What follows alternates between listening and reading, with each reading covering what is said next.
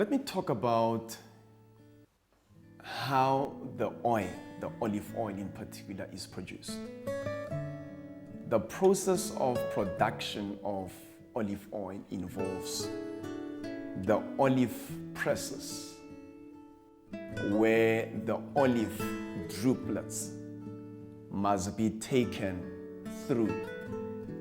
And the whole point and aim is to crush those olives and produce olive oil. The goal is not really to cause pain to the olive, but to have production of the oil. And when we go through hard times of our lives, when nothing seems to be working out in our lives, when we feel pain coming even from the very same people we expect some comfort and encouragement, when we lose our families and our employment and things are just too bad, that is when God is producing something valuable out of us, and it can only be accomplished by putting us through the process like the olive droplets would be.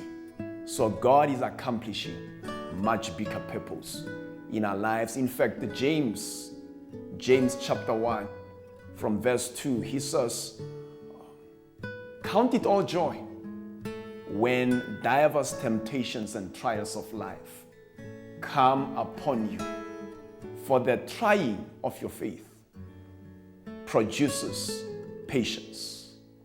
May we hold on and know that God is intending greater things in our lives through the situations of our lives. The production of the olive oil is what makes the olive oil distinct from other types of oil. This is the type of the oil that this woman had in her house when everything else was gone. This is the kind of the valuable resource that the woman had.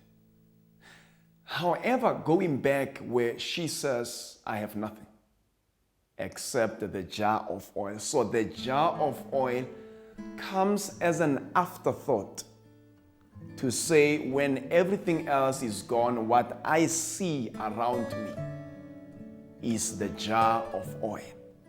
And I think this is the reason why she saw the jar of oil after considering everything else she used to have in the house. These are the issues which I want to relate to you.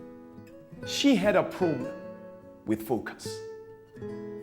She focused more on the container than the content. And some of us, we make and commit such mistakes by focusing more on the container than the valuable content in the jar.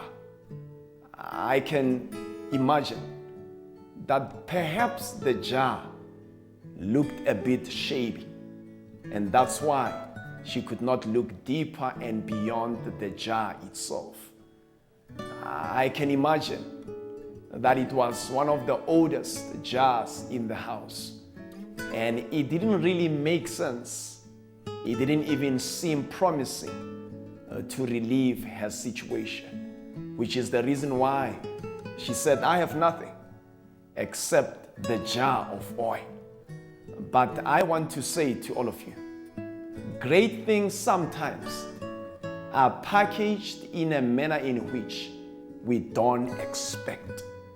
And learn to look beyond just the container and look into the content.